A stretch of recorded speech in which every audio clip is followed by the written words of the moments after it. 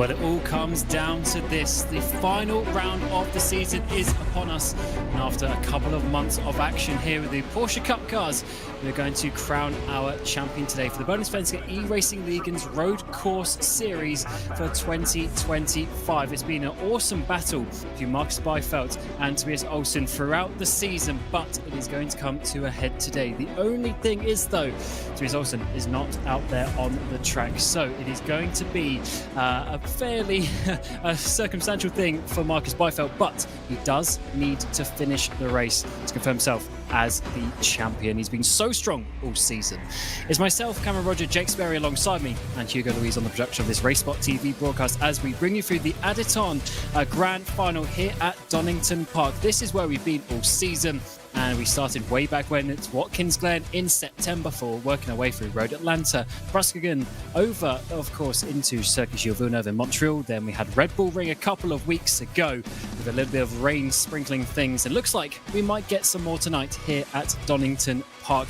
This is where we stand. Marcus Byfeldt is going to be 394 points to 350 for Tobias Olsson. But with the drop rounds, in theory, Byfeldt can still lose this. But in reality, it is going to be a walk in the park for him today to crown himself another championship in the Road Course Series after taking the victory in the GT3s last time earlier this year. It's very close for some positions in behind, so Oscar Berntsson will probably be able to jump Olsson as well. And we have the nearly on pace car for Sundström there in fourth position, and also Finoli. They're very close to Vigazhu.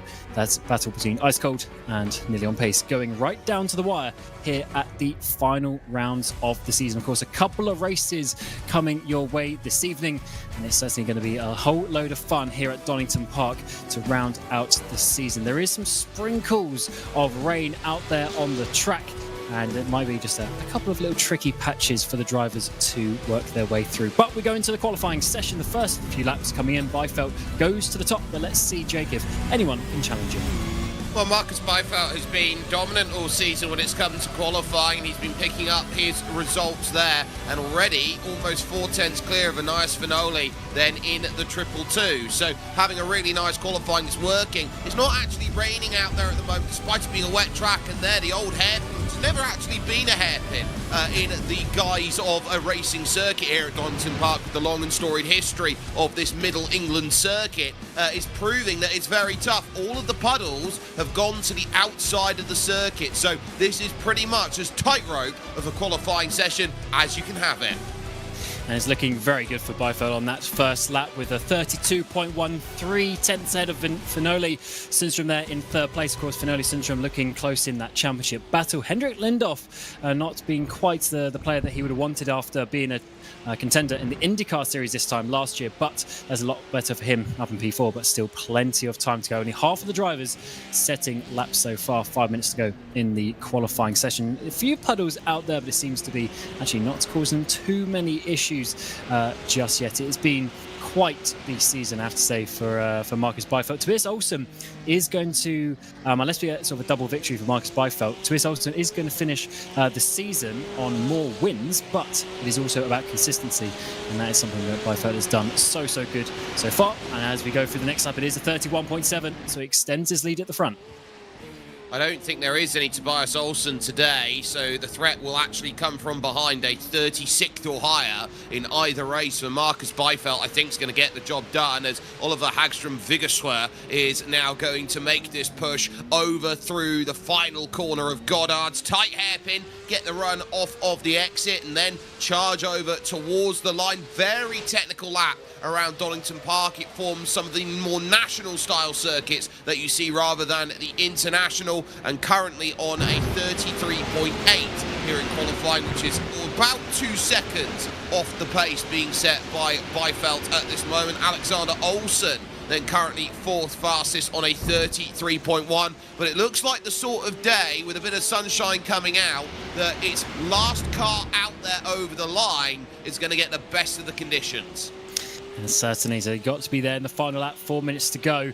So still a couple of laps to go before we get that. But then you have to do the business as well. It's not just about getting the perfect track conditions, it's about executing that lap when you get that final opportunity, especially here through the S's. Oh, big slide there from Alexander Olsen. Huge puddle on both of the apexes, but especially that second one, really unsettling the car.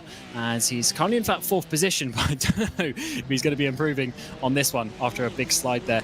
See the rest of the lap. Oh, is he slides again on the power on the exit of the Melbourne hairpin, and that lap is going to be done.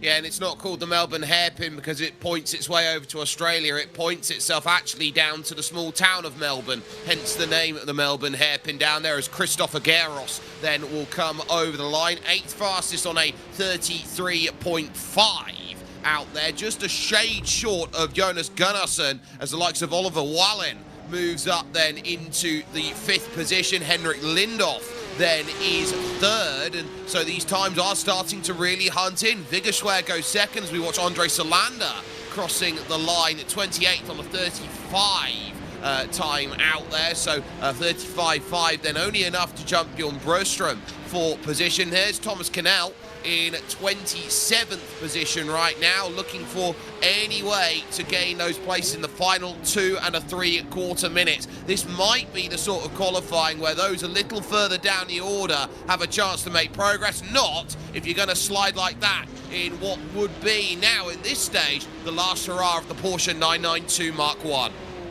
And that's number 14 of Thomas Cannell is down in 27th place. He's 3.5 seconds off, and that is not the way he would have wanted to start his final lap time indeed. Here's Sundström in 5th position so far, just over a second off the pace. And as his team name suggests, nearly on pace. He's getting there. But these guys are actually looking for the Constructors' title. Obviously him and then his 2 teammates currently on that front row. They are looking good for that today with the ice cold cars. They've got a lot of cars out there, but in terms of how they've split the teams up, not enough to win the championship this time around, it looks like, as he's going to jump up into 3rd place. And actually Lindelof goes up into 2nd, so 3 nearly on pace inside the top 4. But Lindelof, your race winner from Montreal, is coming back strong.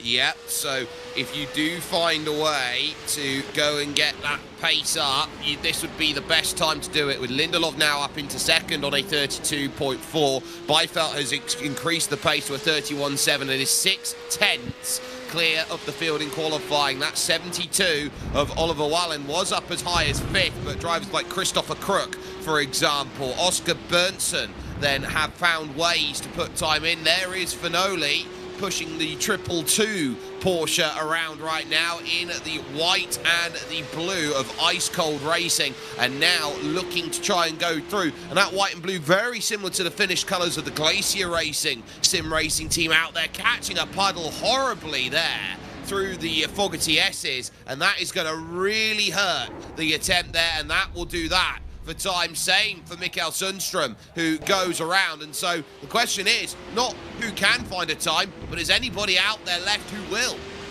Yeah, they're not able to finish the laps right now, as you have the wipers going there for Henrik Lindhoff, currently in 6th position. Most of the cars ahead of him are all in the pit lane, apart from Beifeld, who is out on another lap and doing a solid lap time indeed. He's actually a little bit slow in that first sector. Middle sector still looking fairly strong as he comes across the line. It is going to be pole position there for Marcus Beifeld, unless there is going to be some miracle from the drivers behind. These guys still out there a second off the pace. Can they find a second in the dying moments of this final qualifying session of the year? What is Lindhoff going to do? Is a 32.2, so he's going to jump up into 2nd place, but not quite enough for the pole. And as the seconds count down, final laps just not quite being finished from the drivers, and checkered flag. So final grid of the season coming your way. Remember, we have 2 races coming up. First of all, we get a sprint race, 21 minutes, and then it is going to be the feature race with the reverse top 25 in the 30-minute feature race. Here's your grid for the first race, though. It's Beifeld and Lindhoff on that front row, with Lindelof, Sundström, Vigju, and Finoli rounding out your top 6. They are the only drivers within a second of pole position. Skoutsen and Baz are on the 4th row, with Berntsen, Gunnarsson, Crook, and Wallin inside the top 12 drivers. Sundell, Norberg, Olsen, Holmer, Stralberg, and Holmbaum are your top 18. And then we go to Giros, Backman, Gran, Svensson, Ericsson, and Forsell inside the top 12 rows. As ever, so many drivers on the grid of the Porsche Cup Championship. Fedderstad, Coulson, Motin, Salander, Forsberg and Frisk, your top 30.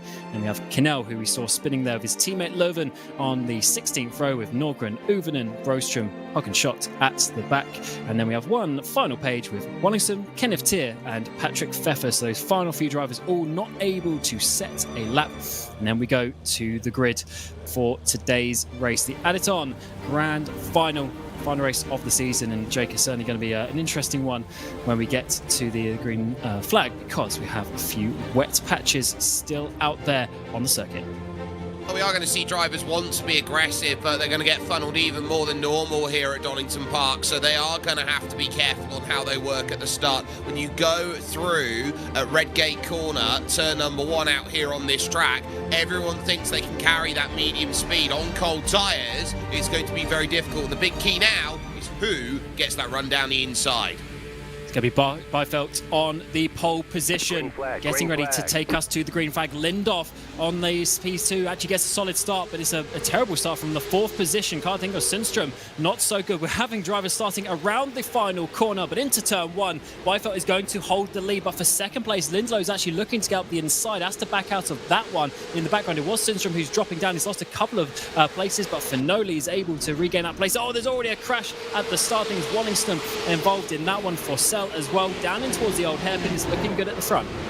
Oh, no, it's not, because we're going to get one that's going to go straight on, and it is the 222 of Elias Finoli, who ends up pointing the wrong way at the old hairpin. Everybody up on it. More spins that are going around right now as Daniel Holmer has to check up on the brakes for one of his Sim Racing Sweden esports teammates out there. It is a parking lot here at the start of this race.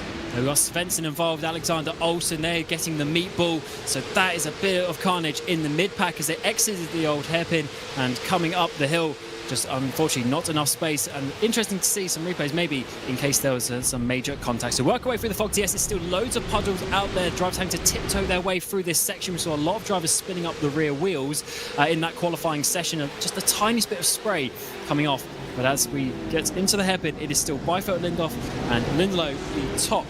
Well, you see actually the top 5 drivers all in the same positions from where they first started. So we're looking at Gunnarsson. Oh, further back, it's Frisk going for a spin. Yeah, easily done. The Fogty S's, there's a massive puddle on the inside as here comes a look over at Goddard's for the placement. Not going to quite manage it here. Gabriel Norberg is the one trying to hold off, but he gets his tyres in the water and can't get up to speed, so there goes the pass. But you have that massive puddle on the inside of the Fogty S's, and you have to hit that puddle square. Anything other than square, as Finoli now with the black and orange mechanical flag, anything other than square, you are going to be spinning around because you've got to get yourself straight through the puddle, through the corner. Anything other than that, you're going to find it's a very tough day, especially for the next couple of corners when the tyres just get doused like an ice bucket challenge. And there's still 20% chance of rain out there. It goes up to 50% for the feature race a bit later, so we might not be over in terms of all the rain that we're seeing out on the track. Back to the front, look at Byfeld go, 1.5 seconds already in the first lap and a half. If that goes, he's going to have a 20-odd second lead by the end of this race. Lindlow's doing his best to try and get on the back of Henry Lindhoff, but is not able to do anything just yet. He's looking to the inside, but there's actually more to defend because Sundström has the run down towards the Fogty S's. No moves being made just yet, but really this is the corner to open up for a move down in towards the hairpin, sliding on the exit there from Finoli. So a big defence in towards the hairpin. To the outside is now going to be for Sundström. All the way around the side is going to have to be, but backs out of that one. Yeah, got car off at the S's. It's Chris Crook who finds himself in the 63 pointing sideways. So he's dropped down. Here comes the look then all the way at Goddard's corner to try and get this pass done. It's still not quite in an angle to make it happen, but they are now starting to think of where can they go and find these opportunities. It is tough, but on the opening lap you can see this is Forsell half losing it on his own, half getting attacked from behind and then not holding the brakes, which means that 4 or 5 cars take a bit of unnecessary contact through the corner, and that's the loop around, just catching the tyres there in the water that Finoli did not want, which started a massive chain of everyone trying to avoid everything as they go through, as the likes of Svensson, for example, now with the meatball flag, as there was already a turnaround under Starkey's bridge. Yeah, that was the 292 of Olsen being hit by one of his teammates, which I think was Holmbom, just getting a big slice there for one of the ice-cold cars, and a huge chain reaction. Everyone trying to slow down. That is a terrible incident. 3, 4, 5, 6, I mean, there must be about 7 cars involved in that one as we come up the hill, all into some degree. And imagine slamming on the brakes at a part of the track that's normally flat out. Very dangerous part, and a big shame for those drivers involved in that one. Already out for the day and all. That was a bit of a terrible rejoin. This a little bit further back. Was this Jocke Frisk? Yeah, going for a spin, catching one of the Simrace Sweden cars out there as well. So that is a very chaotic start, but considering the track conditions out there, that's probably what we expected. Oh, that's a terrible send down the inside, trying to get 3 cars. That is not going to work. That was Wallingston in the number 3, but making contact. I think that was with Svensson. It was. So what made that tough was, of course, the steering was opened out. It's one of the unique corners where they just paved it towards the end. And look at that. That's up the hill into Coppice Corner there for Kalle, who's having a really tough time of things out there. A track where you want to attack the apexes. You're told you've always got to attack the apexes. And the moment that you find that you're not allowed to attack them, everyone just suddenly forgets how to drive out there because they have to tiptoe their way around. They have to be a little bit more choice. You can't always find the moves. This is Christopher Geros, then, who is the one defending from Andreas Bachmann, Robert Eriksson, and you've also got Joel Straberg then in the mix. And Lindhoff, sim race win by Moser in the gravel. They're going up the hill at McLean's. And so that's going to be a very slow jump back up to pace. We'll drop to the nether regions of the top 10. And that was because Lindlow's diving up the inside. I don't think there was contact. Lindelof just naturally going wide, but getting onto the more wet patches and going wide. That's a big shame, because not only is it about 6 positions that he's lost, but it's also about 6 seconds, which is going to be so difficult to overcome, especially considering some of the overtakes. That is really going to be his race done in terms of getting up on the podium. Big costly error, but just showing you how these drivers are really on the limits out there, slightly off the line, and your race could be done in terms of the major points. Oh, this is a huge battle. It was 4 wide coming down in towards the Melbourne hairpin. Bachmann gets Geros, Strolberg gets Eriksson, but we're 2 by 2 up to the final corner. Heading to Goddard's, this will be a critical move then to be made. Bachmann's got what he wants. Outside then for Strolberg, who will try and get the run, but waits on the power. Bucket of oversteer, and then the puddle on the exit says, you're going to get no drive, Andreas. Christopher Geros then is going to move back through. Eriksson can only watch as they go. Sundström now up into second position briefly as he now scraps with Samuel Lindelof, and both of them basically check each other out, so that's going to be a case of no chance. Oliver, Hagström, Vigerswer now to the inside or outside turn inside here at McLean, trying to get the move. Last lap when there was contact, there was nothing wrong with what happened for Samuel Lindelof in my view, but Lindelof will lose out this one, and again very aggressive over the curb at Coppice, and that's going to bring Oscar Berntsen now into play, who's going to get the pair because of the slowdown. He's a driver who's looking to get second place in the championship as well, and he's looking good, jumping up 2 places to third position. Sundström going down, oh no, up towards the front. That's figures where it's gone off the 8-11, and that is a big shame for him. He was doing such a good job in this race, making his way forward, and also for nearly on pace for the Constructors' Championship. But now it's his left to his teammate to battle up ahead. So Burns is now second place to 199, spinning up the rears. That's Lindelof. Sundström as well follows him in suit. They can't get the power down out of the hairpin. Now, I wonder here whether they both look to that hairpin because they've made contact off of it. So the contact means that Lindelof gets a slide through. And then because Sundström made the contact and had to correct the steering, he was stuck in the puddles on the outside of the track. So as the drainage is amazing here at Donington, you see that difference maker. And again, you're noticing drivers who run wide out to the corners are really going to be struggling for anything. You're going to have to compromise mid-corner speed if you're someone like Andreas Bachmann, because you then can get that drive coming through. And again, you see it now coming down through the crater curves. Joel Strolberg has exactly that issue. It opens up the inside. Now for the old hairpin, you're on a tightrope going through this section, through the middle of the puddle, nowhere to go, and Bachmann gets pushed off. Yeah, just a little hit check there. It's so tough with these conditions. He's going to lose about 6 positions as well. That's really not what he would have wanted after having a very strong run in the opening portion of this race, halfway through, but unfortunately going backwards at this point, and he's going to end up in P16. He's still at 4 places in this race. That just shows you how good he was doing, but all that hard work is gone now with Stralberg. He's got that position P12, but he's got this long train of cars chasing him down, including a Sundström, who's trying to reignite his race after that spin on the last lap. Yeah, he's looking for anything he can. So that's just a loop around the back tyres for Biggerswear, who goes into the gravel. Nothing he can do about that when the car switches around. And then comes the move down the inside. So there's the lunge in. Sundström leaves just about enough room there. It's aggressive down the inside. There's secondary contact that manages it. But when you're trying to keep the steering straight in the grass, in the water, you know, you're asking yourself, can I keep the car straight in that situation? I think even the best in the world would struggle to find themselves with a car pointing in the right direction. There'll be no contact patch at all of anything underneath those tyres, and that's why the field is jumbled up. Marcus Byfeld now 6 seconds to the good. Marcus by himself again. Indeed, in behind him, Bernson up 7 places, Baz 5, Skegerson 3. This is the race for moving forward. After the first lap, the top 5 are in the same positions, but 4 of those have gone by the wayside as you get almost 10 minutes remaining. First race of the day, we do have the reverse grid race still coming up. It's the top 10 that will be reversed. And as it stands, Byfeld started 10th. Biggerswear will be on your pole position. Let's see how it ends, though. It's changing every single lap. Here is Baz holding on to a podium place for now, but Skagson is getting close. They've got Bernson not too far out of the way, but he is pulling ahead of him.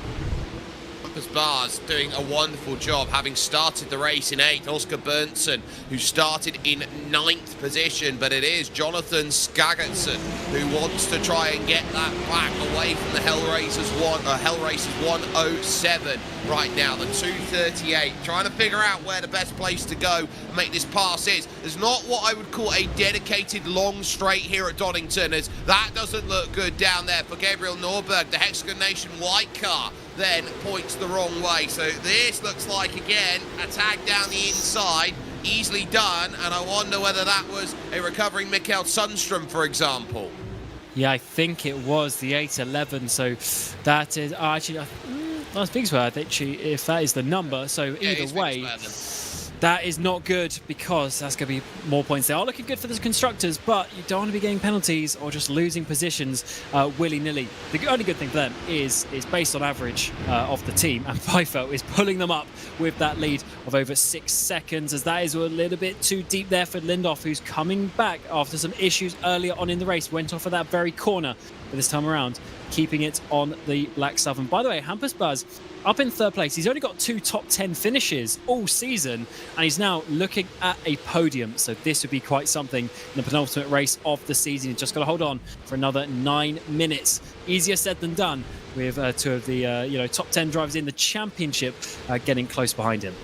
Yep, so with Henrik Lindhoff and Jonathan Skagson trying to figure out where you go, this is the emphasis of keep the pace up, keep the emphasis there. This track will only get drier as they go. There is no threat of rain between now and the end of this race, so it's just focus on what you've got in front of you. Goddard's corner here. Lindhoff happy to take a little bit more of an aggressive line through the corner now, trying to do what he can. A little bit of spray, enough to use the windscreen wipers there on the run towards Redgate corner, turn 1 out there on this track. So you're looking to try and open up your chances there. A kick and tail then for Skagson down the hill. That's going to cost a couple tenths of a second, and reprieve for Hampus Bars, who will look at this and say, yes, this is the perfect time I need to run away, to focus on myself, because the best way of attacking out there on circuit, have another car who has to defend behind you. Indeed, sometimes you do have to sort of attack to defend to attack as such. Work away through McLean's. There's completely different lines between the two. They stay about the same distance apart from each other. Still, that wiper goes like mad from Lindhoff as he tries to get the spray off his car. Out through Coppice onto the back straight here. Oh, that is all over the gravel as well. More gravel dust and also rain being kicked up onto the screen. He's looking to the inside almost to try and put Skagesson off. We work our way through the fog. Yes, this actually is drying up massively there on that apex. Way less of a puddle than what we saw early on in the race. Almost looking to defend onto the wet stuff in towards the Melbourne hairpin. But that outside line is not going to work. So Skagesson holds on to 4th place. But all that is doing is letting Baz get away by another car length or 2. I'm looking at the way that Skagesson is defending. It's early on that defence into Melbourne because gravity will help, and that's why trying to find a line and crossing over the wheel goes Henrik Lindhoff. Lindelof in the wall, bang! Hard into the inside wall, the pit wall there, and that for Lindelof is just excruciating going over that limit. The groups behind will now have a chance to chase that gap down, but that is a massive hit of the wall, and somehow it's avoided the mechanical flags. Wow, that is a big hit, as you say, and just once again showing, oh, look at the big slide on the exit there as well. That's Stralberg. Now he's having a big threat from Sundström down the hill. That just shows you how on the limit they are with the traction, even in the slightly damp conditions. It's not fully wet, but obviously with the slick tyres, any little bit of water underneath, you're going to be slipping and sliding all over the place. That's a terrible run through the old hairpin from Stralberg. Around the outside from Sundström. This will be the inside for McLean if he can hold it. That is going to be brave. He's got the space up the inside as well, but oh, so close between them. Stralberg cuts his nose off, and oh, but he goes onto the curb once again. That is 2 corners this lap already, and that's going to lose him the place to Sundström. It's tough because you just catch a puddle and then suddenly you're having to do gymnastics to try and save it. So look, he thinks he's got it safe, but he's out over the curb and then there's nothing he can do. One hit against the wall, there's the second, and kept that wheel hard down over to the right, and just about has a car that still works for him out there on circuit. Up the rise then, Henrik Lindhoff goes. This is against Skagesson again. Skagesson overcommits to the first part of the corner, now needs to drive off the second, and just about is going to manage it here. And look at the chase on now with Henrik Lindhoff. They're down under 5.5 minutes now to get this done, and another search to that inside is going to find no fruits on the labour of that attempt. But as they head themselves towards the old hairpin, this is the sort of circuit where it takes 4 corners to figure out the place where the pass can be done. So you've got to just constantly set up the opportunity, and that's where you look at Henrik Lindhoff now. He's not going to get it at turn 1 at Redgate, but here under Starkey's bridge up over towards McLean's corner, this is where you're going to have to start thinking, well, if I take a line here, I can get Coppis better, and that gets me the angle for the Fogarty S's. Ooh, he's looking up the inside, trying to put him off. To be honest, if you're Hammer Spurs, you're absolutely loving this in your mirrors, seeing this battle. Lindhoff has got a much better run there. We come down the straight. Does he want to do it in the S's, or does he want to try and get the run into the hairpin like we saw on that previous lap? He goes left, he goes right, he makes Skagesson defend. That's going to make him slow off the S's. This could be a good setup from Lindhoff, but he hasn't got the best exit. He loses half a car length on the acceleration and down in towards the braking zone. Is there going to be any sort of big send? No, not quite enough. So I thought he set it up well, but unfortunately the execution not quite there. He is the faster driver. Look at that through the mid corner of the hairpin. We can't seem to find a way through. Got about 3 laps remaining in this race. A big send in towards Goddard's, thinking about it, but pulls the nose out. No, he's done clever there because he's lunged for the inside initially, and then if he just had a tiny bit more traction, he could have used that as leverage here, and he actually will along this main straight. So that lunge effectively pushes Skagesson out of the way, off the line he'd want, and again has to push him off the line that he wants at Redgate. But then again, without that traction in that Simray Sweden car to go and run down the hill to get the drive that's necessary, it's all for naught out there. But it is showing that Henrik Lindhoff is quicker, that he can go and make that pass. It's giving Hampus Bars the chance to run to 1.3, and here's going to be a big break. Oh, a hefty hit for Frederick Forsell. The Feather Online Gaming about as light as a brick into that wall. Yeah, that was huge, wasn't it? That car's going to be toast. If he went 10 metres further and avoided that barrier, it would have been okay. But unfortunately, actually, big collision in the background at the final corner.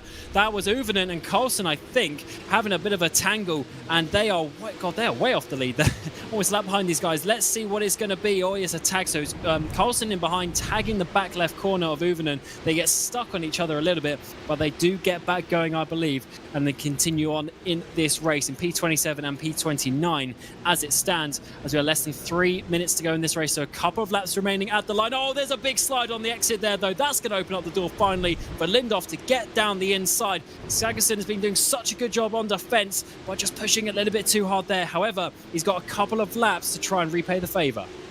It's an easy pass in the end then on Jonathan Skaggerson as we look further back down at Johnny Sundell in the ice-cold racing car, and he's pushing for the way through then, and will do on Mikael Sundström to say, look, I'm going to hold that top 10 place as long as I can, because this is for a transfer. This is for that position on pole for the feature race. So if someone's had a bad day like Mikael Sundström, he'll absolutely want it. Just a little too deep though through the opening corner, and now through the crane of curves it'll have to be to the outside, turn inside, turn outside for Mikael Sundström if he wants this done. Jockey Frisk hits the limit, but now as they go through at the crane of curves in the old hairpin, there is the pass done, and who's going to push their way through but Joel Strålberg, who wants to try and work to make it two up the hill to McLean's to go and get this done. It's 2D there by Sundström. He's going to go straight on. Strålberg into 11th. Sundell will get to 10th, and now it's Lindelow's turn.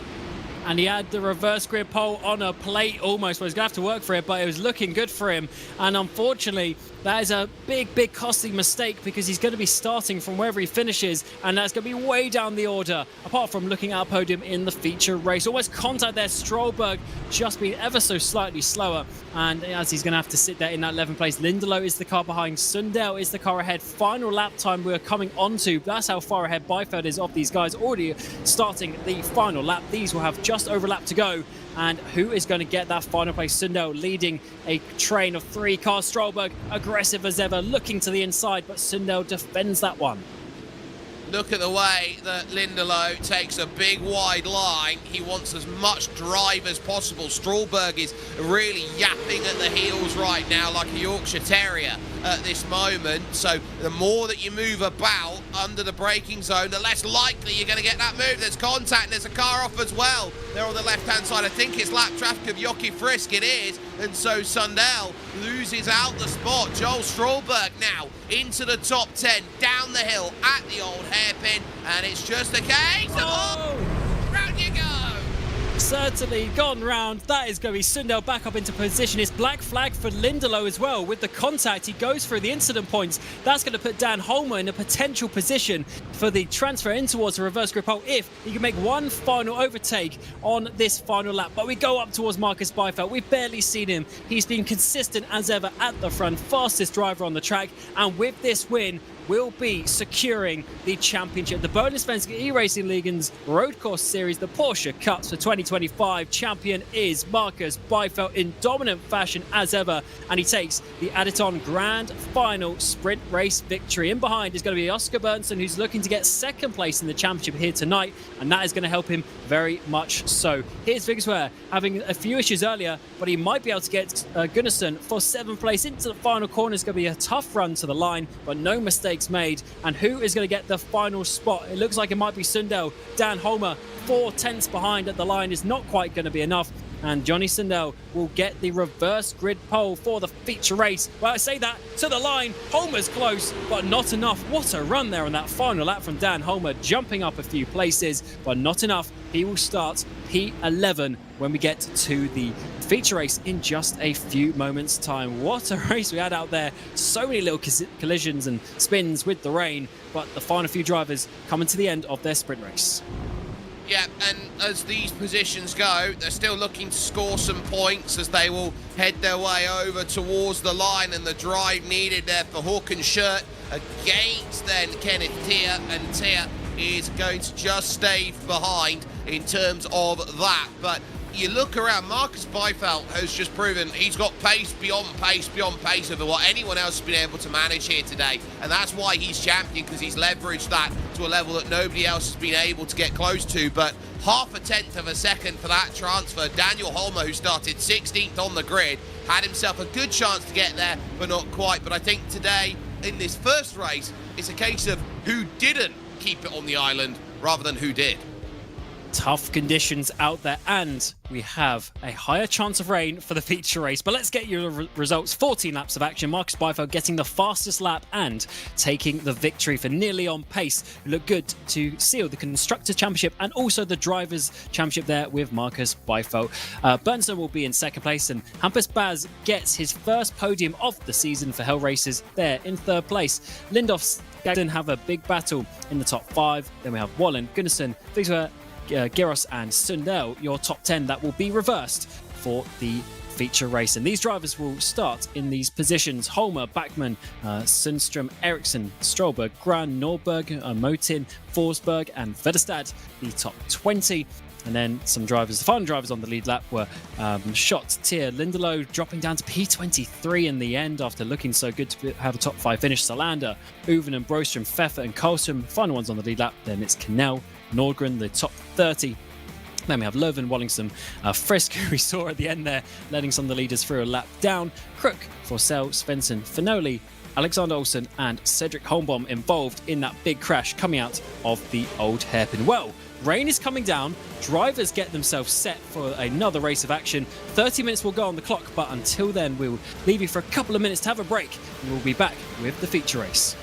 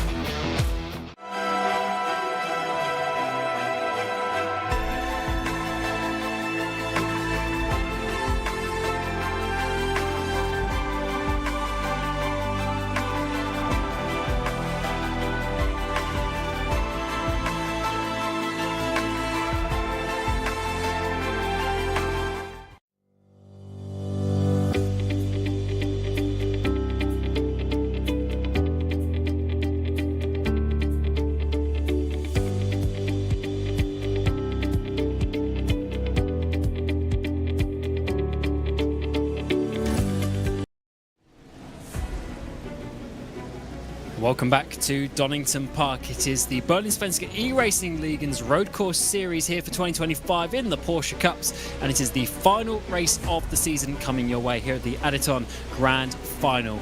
We just had Marcus Byfeld sealing the championship with one race to go after a dominant victory in somewhat dry conditions, but now we come to the feature race and it is rain all over the show, and this is just going to be so interesting. Half an hour.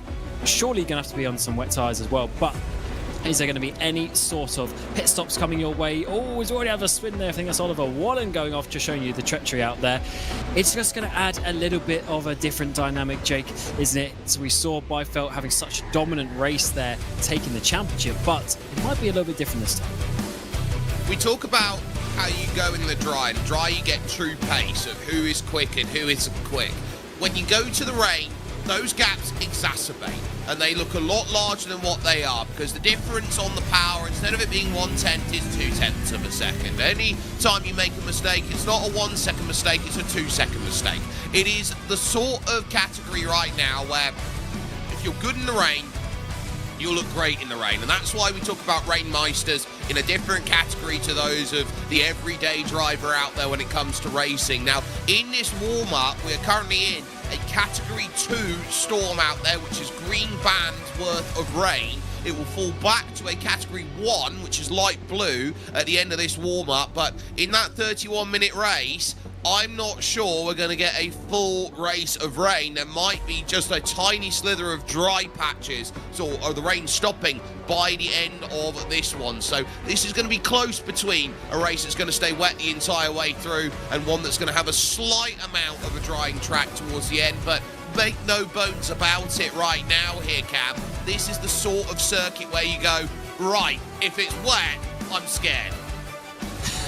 Yeah, surely. Oh, there's a big crash in the... Oh, that is going to be huge for Lindhoff. Somehow avoids the barriers. No, this is not the race. That is warm-up and drivers already getting together. That was quite something. But I think we're going to see a little bit more of that, Jake. You're right. It's a tough track. It's a very high sort of average speed around here. Yes, you have the Melbourne hairpin, you've got the final corner at Goddard's, but the rest of it, they're all medium and high speed corners. You have to be very committed, but of course in the rain, you just can't take the speed through the corners. You're really dancing through the slippery conditions. It's going to be a tough one for the drivers.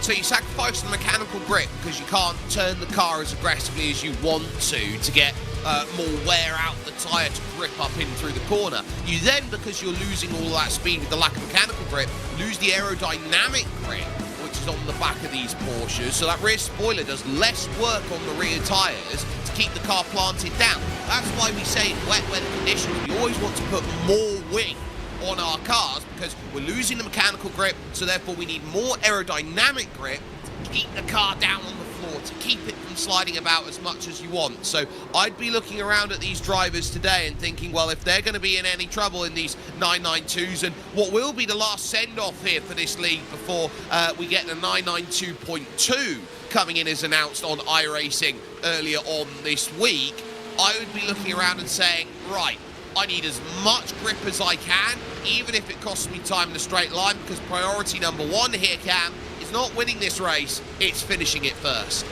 Oh, absolutely. I think if you finish this race, if you have half decent driver, you finish the race, you get a top 10 easily. I think there's going to be that many issues for people. If you're able to finish within 20-30 seconds of the race lead, easy top 10 by the time we get to the end of this. It's going to be tough conditions out there as the warm-up session comes to the end. There's an awesome view of the whole track of Donington. That is a lovely shot there. We got some more close-ups of the rain. Look at the big puddles as well. We saw drivers spinning all over the place, even in the warm-up session, which is non-competitive, but they are just pushing so hard. Here is your final grid of the season for the Additon Grand Final. Sundell will be on the pole position with Giros alongside him, Vigsware and Gunnarsson on that second row with Oliver Wallen and Skagson on the third row. Lindhoff and Baz will be on the fourth with Bernsen and Byfelt, your top 10 that were reversed from that first race. Holmer, Backman will be on the next row. Then we're going to have Sundstrom just missing out on that transfer in P13, Ericsson, Strolberg, Gran, Norberg and Motin, your top 18. Before we get to Forsberg, Vedestad, Schott, Tier, Lindelof and Salander, your top 24. Uven, Brostrom, Pfeffer, Carlson, Kinnell and Nordgren, the top 30. Then Leuven, Vollingston, Frisk, Crook, Forsell, Svensson at the back. And then the final few drivers of Finoli, Olsen and Holmbom. They've got a lot of work to do to get in the major points. All of the wipers are waving as we are going to wave goodbye to the season. The lights come on. It's going to be Sundell and Giros on the front row. It's wet tyres out there. It's wet weather to finish the season here at Donington Park. The champion is crowned, but who's going to get the final race victory of the season? We're underway. Sundell gets a half-decent start, but I think he might be under attack from Giros on the outside as we work our way in towards the first corner. It's going to be so slow, so wide, all the way around the outside for Giros. A bit of contact, though, that is going to slow him down as we're going to try and see a few of the other drivers go side by side. This is a horrible position, actually, at the start of the race. That is not where you want to see. As Vigsware gets back into second place, in towards the old hairpin. Surely everyone is going to have some issues coming down into here. Everyone gets slowed down, though. No big spins in the background like we saw in the first race. Skagson runs a bit wide, and that opens Marcus Byfelt up for position under Starkey's bridge. So you're looking at, okay, tiptoe around this first lap. Try and find the placements that are needed, but you're really hoping that you don't run into dramatic troubles like you do in the middle. Joachim Svensson then dropping down the order with big dramas on that opening lap, but they've learned the script here. Keep it calm, don't have too much too wide racing to start here. They work through Coppice Corner without any troubles at all, and now on this long back stretch with the in memoriam on the right hand side, history museum there on the left there, which was put down. It was a brilliant motor racing history there, and there's going to be contacts they go through, and one car's gone straight on. My goodness! As Oscar Moten in the 94 was not able to get that stopped, Bohlin, making contact with Grant as well.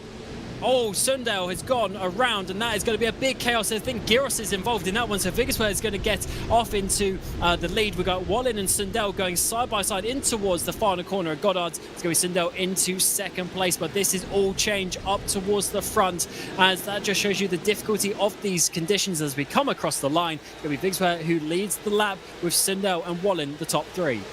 So Henrik Lindorff ended up marauding into the corner there at the Melbourne hairpin like an absolute champion. He said it was the greatest plan, and it wasn't quite when he hit the brakes, and it wasn't anything there. It was just a case of Johnny Sundell on his own dropping the race lead just by overcooking it. So it's two separate incidents into one. Viggersware now has the lead, and so Sundell second, Bohlin third, and Marcus Beifeld is already up into fourth position as they chase now up towards McLean's corner. Yeah, as you say, Beifeld up 6 places, and he's going to be looking good for another podium. But actually, I say that, Gunnarsson looking up the inside, not making it in towards McLean's, but this is going to be a tough fight. Look at the top 10 or so drivers, all in that big lead train. No one is pulling away at the front despite these conditions. Sundell is now going to be under attack. Oliver Bohlin looking to make the move. And this, oh, that's a terrible run actually there from Viggersware. Or actually, is it just out of the spray maybe from Sundell trying to find an eyesight in towards the Foxy S's, and he's going to get close on the brakes. Difference of the apex speed between the two drivers. Bohlin gets balked there a little bit. There's actually going to be Beifeld now getting himself potentially onto the podium. Down in towards the Melbourne hairpin it's going to be, but don't do a bowling Skittles moment down the inside. Got to be so careful on the brakes. A couple of the ice cold drivers going in, and look how slowly Viggersware has taken that corner. Really holds them all up.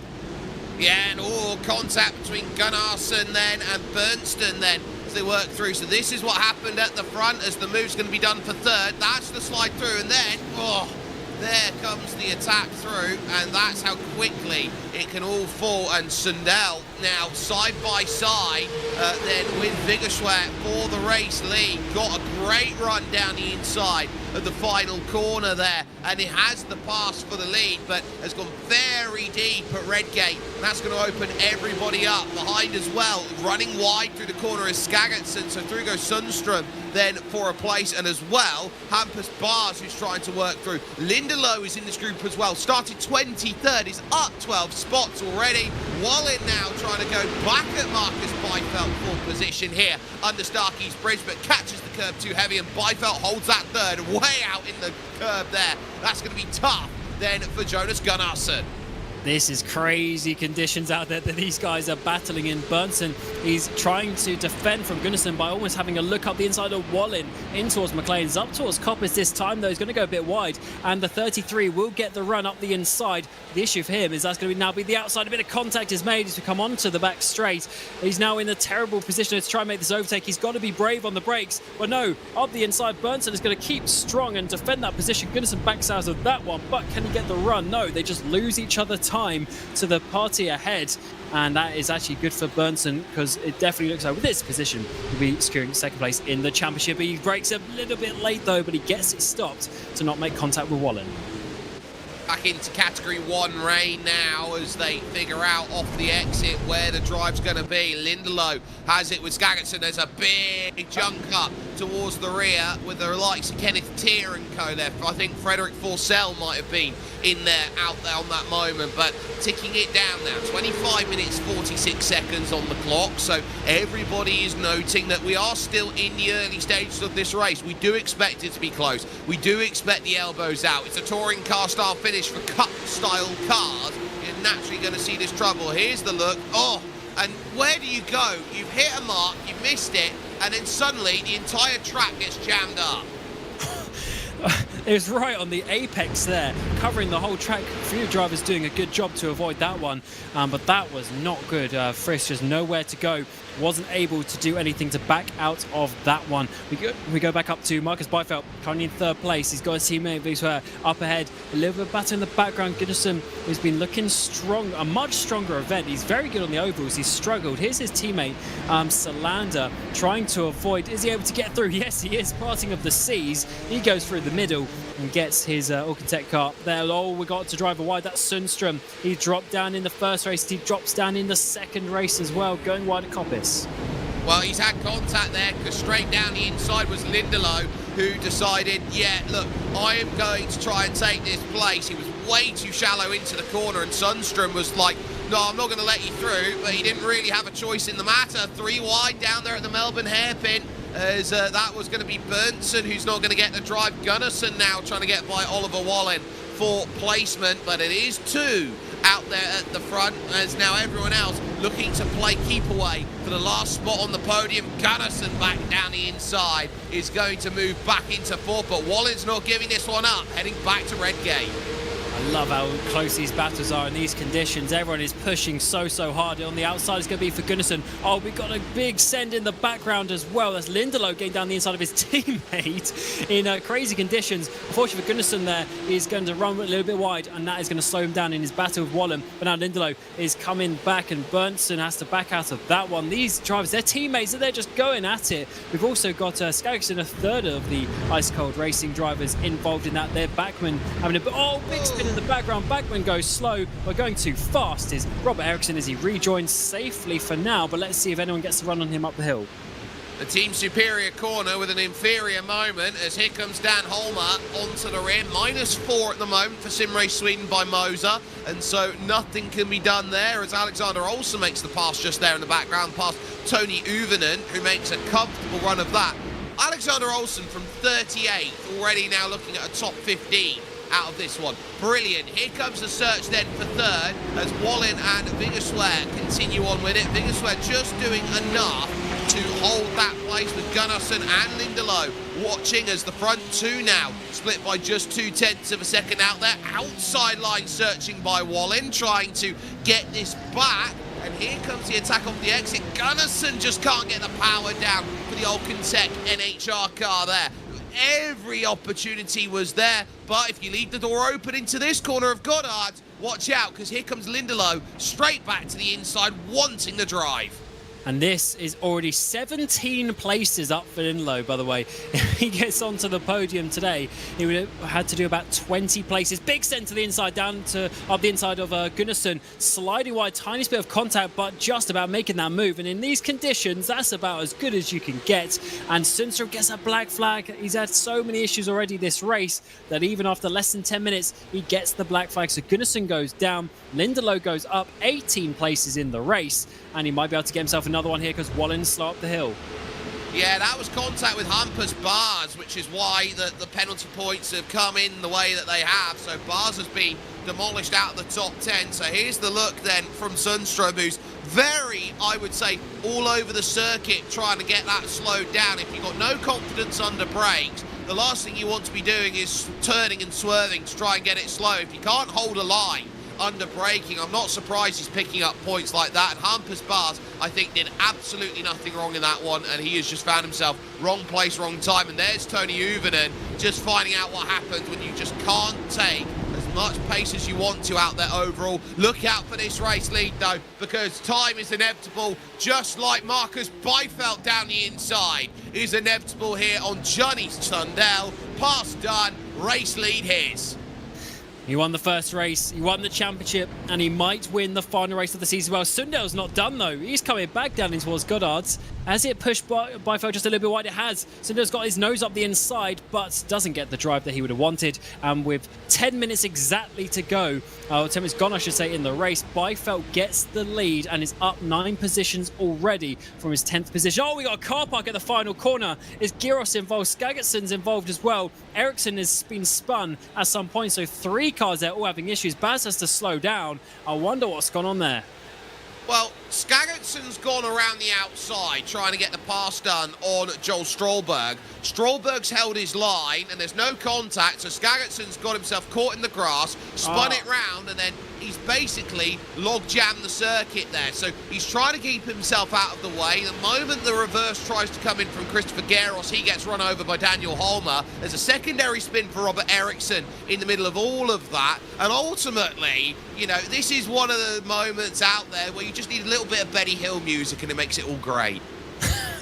Yeah, absolutely. Oh, that's so such a shame. I mean, Holm actually did a really good job to stop and avoid any major contact, but that's not ideal. Eriksson getting a little bit of a bump in behind. We go back to live pictures as we get inside the final 20 minutes of the season, and this is your battle. So you've got Oliver Bohlin, he's right in the middle of this. He's got Lindelof Vigswell up ahead for the final place on the podium, but then in behind he's got Gunnarsson and Berntsen. So it's 5 cars going for the final 1 position on the podium. Let's see how this one is going to end. Gunnarsson, Bigson up the inside, that's going to be contact, and you saw Oliver Bohlin turn out of that one to try and avoid it. 3 wide on the exit as we're trying to see Berntsen come through as well. That's one of those where you just lift your hands off your direct drive steering wheel and just hope that you're not going to have a hit. Gunnarsson 2 deep again into the corner. That's going to see him, see Wallin, see Berntsen, and as well Joel Strålberg try and get up that place and gain it some more. Side by side as well as Lindelof for the podium against Vigerswär around the outside. Here comes the chance. Vigerswär is going to have a better drive off the inside as they work through. Now, know as well that it's very, very slick coming down the crane of curves with the rubbered in surface, and they'll just look for drive as they work themselves through the old hairpin. But now it's about set it up again. You've got 18 minutes to get yourself to that podium. Up 19 positions, 20 would be the magic number. The top 2 are gone, but fair, one of them is a teammate. You never know, he might be able to get second place. He goes to the outside in McLean's. He might have the run, you know, up towards Koppis, or at least he's going to slow down Vigswär quite a bit, coming onto the back straight. Let's see, around the outside for Lindelof. He's got such an incredible confidence in these machines, but he goes a bit wide, and he might not be able to make that move there, but he's surely going to make it at some point in the next lap or so. This is the next opportunity. Down in towards the fog TS's. He's thinking about it. He brakes late. Can he get it stopped though? He's got it way too deep. He's going to go all over the gravel, and surely he's going to have a big slowdown, and he might lose even 5th place from that. Well, he's got to be careful about how much that slowdown is, because you are in wet weather conditions. So he's already served it, and he's straight back on the brakes trying to go around the outside. He's got now his teammate behind him trying to hold into play. That's Oscar Berntsen who wants in, and Oliver Wallin is just there thinking, well, you continue defending every corner like your life depends on it. You're not going to be doing anything to gain that gap. And, you know, they're racing like they've got 7 seconds left, not 17.5 minutes. They certainly are. These guys go at it hammer and tongs in this league, I'll tell you that. And what an Additon grand final we're having here. Let's see if Lindelof is able to get onto the podium. He's opened the door, really, hasn't he? He's made it clear he's going to be coming past, and Vigswär is going to be looking in the mirrors, looking at the relative, and doing everything he can. But when you start doing that, you almost go backwards a little bit as you don't look forward. He has a bad run through the old hairpin. He goes all over the grass, spins up the rear wheels, and this is going to be potentially the move. Oh, but a bit of contact that takes out that opportunity as Lindelof has to get it back in. But he brakes so much later once again on the outside of McLean's, all the way around the outside for 3rd place. Contact is made though. He goes off the track, and that podium charge ends. That looked like an all-time move by Samuel Lindelof there to find the wherewithal to know under Starkey's bridge that Vigerswär was pushing too hard through the corner to get back to the outside, to go the long way around McLean's. The only thing that went wrong was a tiny bit of contact, and that was the difference maker, and Lindelof's got to do it all over again. He's got Alexander Olsen behind him now, who started dead last, 38th, and is climbing up the order. Berntsen now is going to be in that final podium position, but he's already 7 seconds down on Marcus Byfeld here, knowing how tough this is. Now watch this up the hill, Cam, because that is a special attempt at making a move round the outside, everything right. That's on Vigerswär. He should have left room. That is such a shame. He did everything right. I mean, he was off the racing line. He was on the grippier bit. You were mentioning this a lap or two ago about the rubbered line. Get off that, which he was. He was in the middle of the track, but just not enough space on the outside to make it work. Such a shame. What a story it would have been. But also another story is Alexander Olsen up into P9. He's made 29 places. Lindelow's still going in 8th, up 15 places. So they're still doing a great job. Oh, do not tell me that.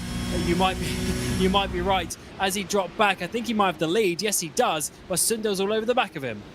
Yeah, he's just run wide at the old hairpin. It's cost him 2 seconds, which was the gap that he built up. So for Marcus Byfeld, he knows that Johnny Sundell hasn't been making mistakes. He's just been hitting the lines. And look at this line. Johnny, go on, go get it. Here he comes the chance on the outside, looking for the way by Marcus Byfeld for position. Marcus can command the corner and they're going to lean on each other on the brakes to the Fogarty S's, but demanding as ever, Marcus Byfeld just shepherds him out. What an attempt that was from Sundell to retake the lead, but Byfeld holds strong with 5 seconds ahead of Bernsen. That gap has come down due to the issues that we saw earlier this lap, but it is not over for the lead, and that is what we love to see. Byfeld getting some competition despite winning that first race so easily. Here is that battle for third place. So Bernsen is leading. We've got Bohlin and Vigswear in behind. Gunnarsson has dropped off this battle, but is anything from done. Look, it's still absolutely pouring it down out there. And the drivers struggling in these conditions. Don't go on those puddles, otherwise you will be losing this podium opportunity. It's a huge opportunity for drivers, knowing with 14 minutes to go that you can hold that podium place. You can do what you can to try and get it, but this is going to feel like a long, long race, especially in wet weather conditions, because you've got to concentrate so much on circuit that every corner is an unsticking point. It's a 30-minute race that's going to feel like a 300-minute race. It's going to go on forever because it does get a little bit lethargic because there's no brakes, there's no turn in, you can't get on the power, you have to be so patient, you've got to concentrate even harder, and it just means that the race just drags on a little bit. You can't get in a rhythm, you can't get in the zone where you're on a bit of autopilot. You really have to go corner by corner, as every lap it will slightly change with how wet it is on that racing line. It's ever changing over the course of a lap. It calmed down just a little bit in this battle for third place as Bernsen does hold on by a good few car lengths from Bohlin. He's not having the most pressure in the world, is Bernsen, although I do have the news that Bernsen does need a win and fastest lap to take second in the championship away from Tobias Olsen, who's not here today. So he's got a big, difficult run if he wants to do that with just 12 minutes remaining. He's got to basically overtake his teammate and the champion and then somehow do fastest lap in these conditions. Well, I'll turn around to you and say fast lap's going to be a bit easier as Andreas Bachmann gets the black flag for instant points because the rain is due to stop in a couple of minutes' time. Ooh, that would certainly be quite something, because then if we do get a bit more of a drying line, in some ways it makes it more difficult because then you have the big jump, outside of the tram tracks that you're on.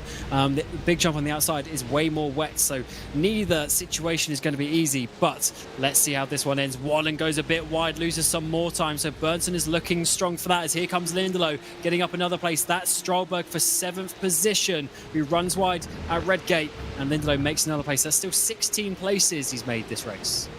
Yeah, so Lindelof still making that progress, still getting those places and trying to recover back his Hampus Bars, who of course had that hit with Sundström and that dropped him down the order. So now trying to get by Dan Holmer. Holmer holds a good defensive line then through towards the old hairpin. They work off the exit of the corner and now drive their way under Starkey's Bridge over towards McLean's corner now, which is past a small left, this uphill right hook of a turn, and at least for the moment Holmer is keeping himself steady. I've seen Dan Holmer racing actually in a variety of different cars over on in the major series European region, and he is someone who can on his day find a very nice result, and he's doing again another consistent drive, which is a hallmark of the way he drives. Lindelof now hits penalty points.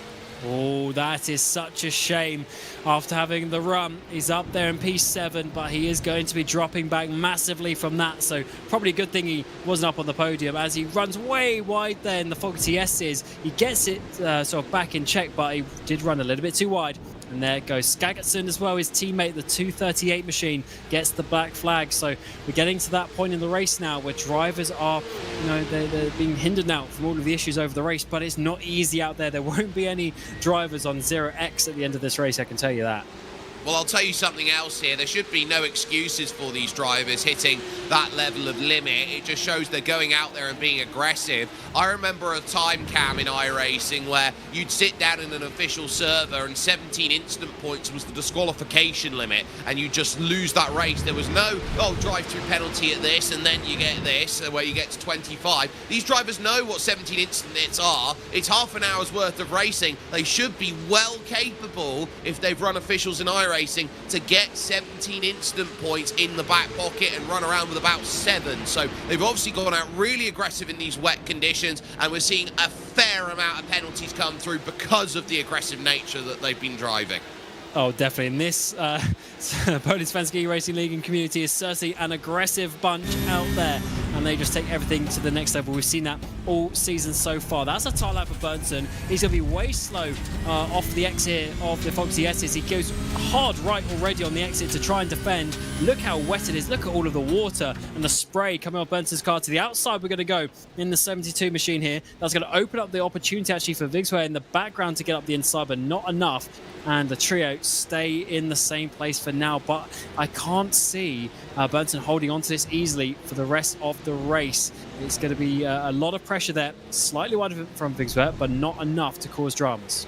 The rain's going to stop first at turn 1 and at the Melbourne hairpin. Everywhere else it's going to be wet this lap, but the forecast is it's going to stop raining here first. It's going to get dry at the big braking overtaking zones first. Now, for me, if I'm looking and understanding that as some information inside the final 10 minutes, that means I'm going to be very aggressive diving down the inside. I'm going to want to set my moves up for the turn 1 at Redgate corner or down at the final couple of corners over at the Melbourne hairpin, because that's where I want to get it done. Bohlin runs wide. Here comes Vigersware trying to get that position. He's angling for a move, lunges to the inside, but just can't commit to the brakes then to get by. He leaves just enough room then as they almost fight wheel to wheel, wing mirror to wing mirror as they focus at Coppice corner. Wallin's going to be a bit deep. He's overcommitted there in the 72, which is my favourite number, by the way. Through goes Olivier Hagström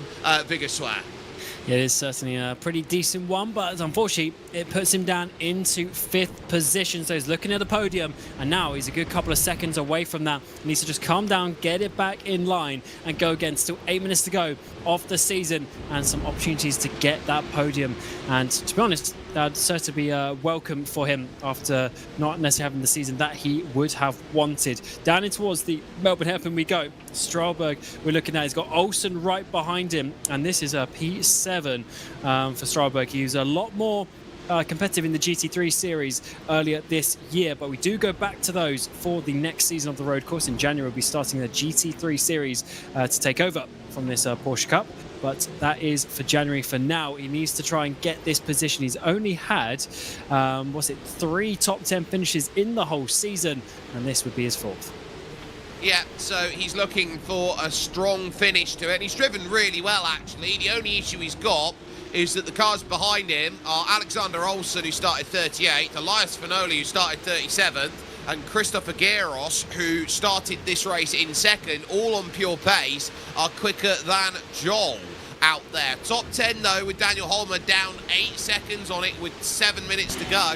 I think he's going to be okay, and he's under pressure from Hampus Bars. And Bars, at the moment, well, he seemingly just cannot find a way to go and get this move done. He has tried left, right, up, down. He might need to call up Willy Wonka, get the Great Glass Elevator out there if he wants to move. He hasn't tried slantways yet.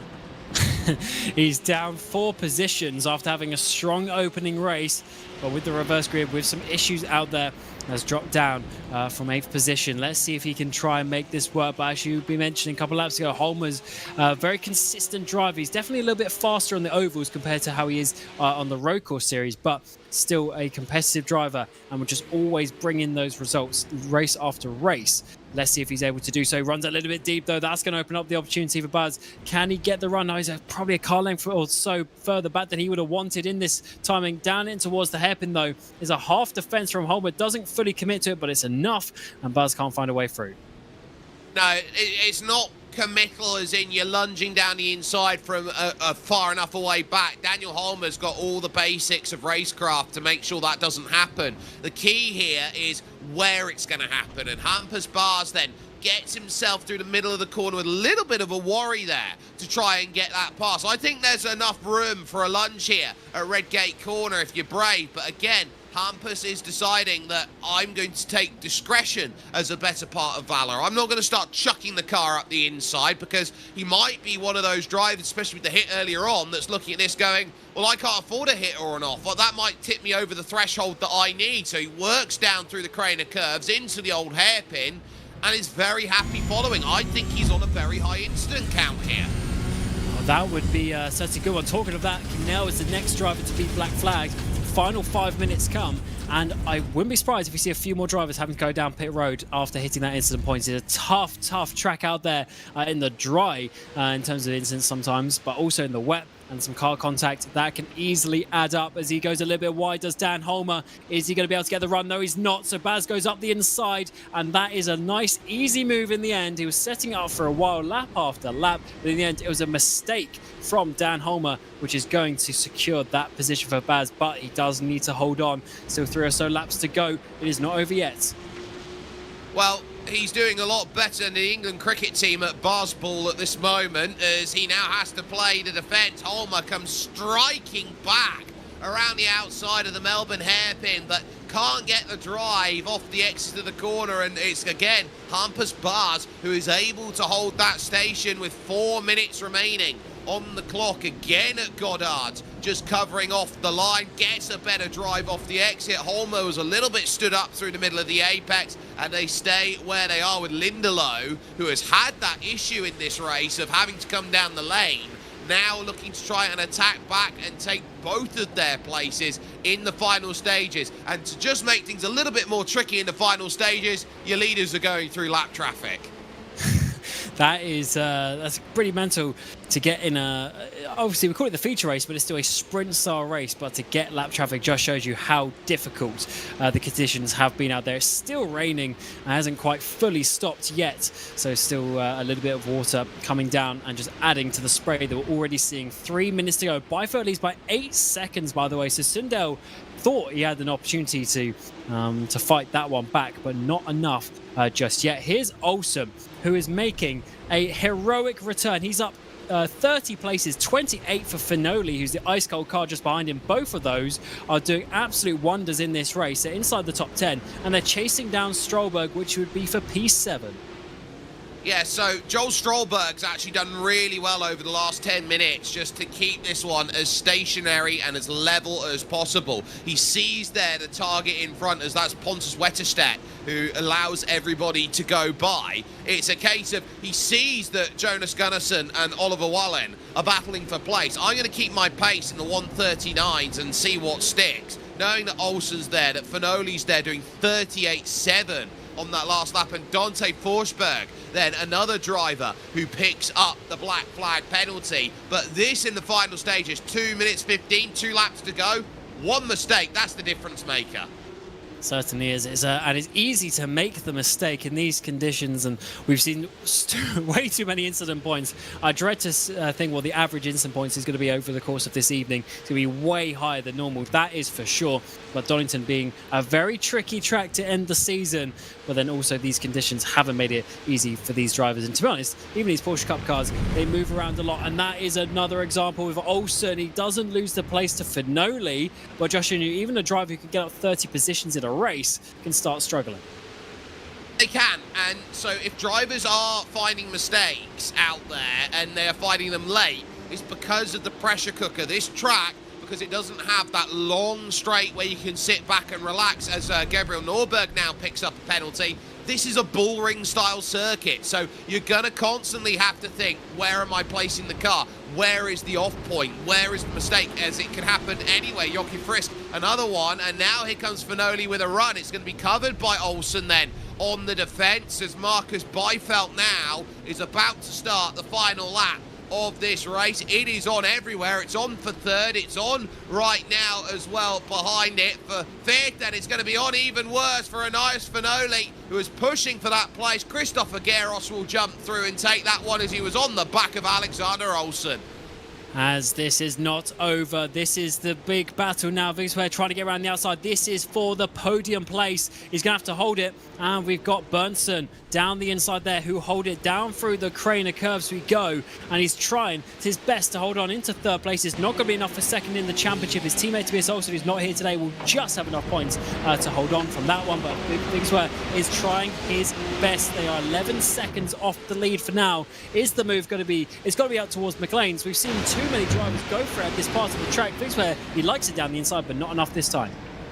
He's not going to get the run here, and so if his favourite place is taken away, he's now got to set it up, and he's got to set up this Coppice corner as the one key place to the lap, because if you get this right, you're going to get it right down here at Goddard's. That is a car off the road on the right-hand side in the form of Frederick Forsell, but this is the corner that's important, Cam. Certainly is. In towards the Fox TS's. Do not make a mistake here, because then you get the bad run down towards the hairpin. He hasn't done the fastest corner, but the 811 gets a big slide on in towards the final hard braking point of the track. It's going to be the inside for Berntsson. The outside is going to be for Vigswear, but Berntsson goes in deep. Can he get it stopped? Vigswear is going to go up the inside, and it's going to be a side-by-side run. Contact is made as he comes towards the final corner, and it looks like it is going to be Berntsson, but on the bottom of the screen is going to be Byfeld taking a double victory here, concealing his title with a double victory in the feature race. The Additon Grand Final is going to be Sundell coming across the line in second place. Huge mistake there at the final corner. Someone has absolutely gone off. That is a lap runner car. And to the line, it's going to be a drag race. Gunnarsson versus Wallen for fifth place. And it's going to be Wallen who just about holds on. Wallen, I think, was in a drag race in the previous race as well. We got so many drivers in behind. Stralberg, Olsen, Giros and Finoli will round out your top 10 after a massively wet race here at Donington Park. And apparently Marcus Byfeld was on 0x in that race as well, just showing you the consistency that he's got, unlike some other drivers out there. Wow, that just tells you all you need to know. And if you get drivers like Forsell, for example, who pick up the penalty late and they're not going to have time to serve the penalty out there, that is an extra 40 seconds to 55 that is added on at the end of the race. But I think that is a shame that he's in a team of that name, because Marcus Byfeld hasn't been nearly on pace all season. He's been the benchmark all season. Yeah, he moved from street trends to nearly on pace. Nearly on pace, you know, Vigswear, Sundström, etc. They were in the IndyCar series, especially this time last year. They were nearly on pace. They were battling Sim Race Sweden for the title there, but not quite enough. But then the signing of your multiple champion now, GT3 champion, Porsche Cup champion, even champion in the F4s a couple of years ago. All of the categories on the Road Course Series, Marcus Byfeld is ticking them off one at a time. And this is another one to add to his list. He's going to try and do some donuts for us. Should be a little bit easier with the greasy, slippy nature out there. But to be honest, we can't say enough good things about him. And I think actually what I said before is he needed a double victory to get the most victories on the season. And that's what he did. So he has more victories than Tobias Olsen, and therefore he's certainly a fitting champion today. He also got fastest lap, so extra points there in both the races. And after 19 laps, it was Marcus Byfeld taking victory with Sundell and Berntsson, both ice cold cars getting the final podium places of the season. Vigswear going to be in fourth place with Wallen, your top 5. Gunnarsson, Stralberg, Olsen, Giros and Finoli round out your top 10. But all of those drivers going up, down, left and right, but ending up in the top 10.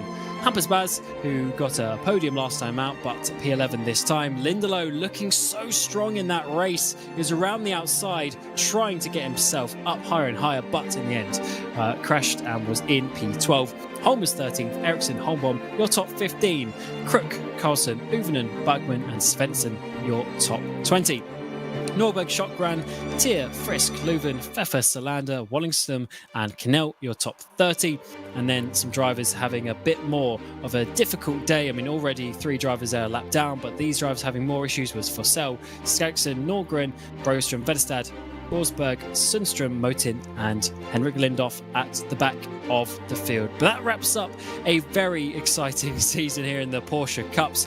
And once again, it was Marcus Byfeld coming out on top. Who is going to stop him? We go racing again in January, where we go to the GT3s once more. We go to some of the major tracks that you know, like the Nürburgring, Laguna Seca, Brands Hatch, and finishing at Suzuka. That is going to be from January until April. 8 rounds of action coming your way with double headers each evening. Well, the Porsche Cup has certainly been fun, and for a farewell for this chassis, it was a great season to be had. But what a season it was. It's been myself, Cam Roger. I've had Jake Sperry alongside me, Ewan O'Leary also throughout the season. Has been Hugo Louise on the production of this RaceSpotTV broadcast as we brought you the Additon Grand Final. And in the end, it was Marcus Byfeld, the 105 machine, taking a double victory. So thank you for watching, and until next time, next season, we wish you a very warm goodbye.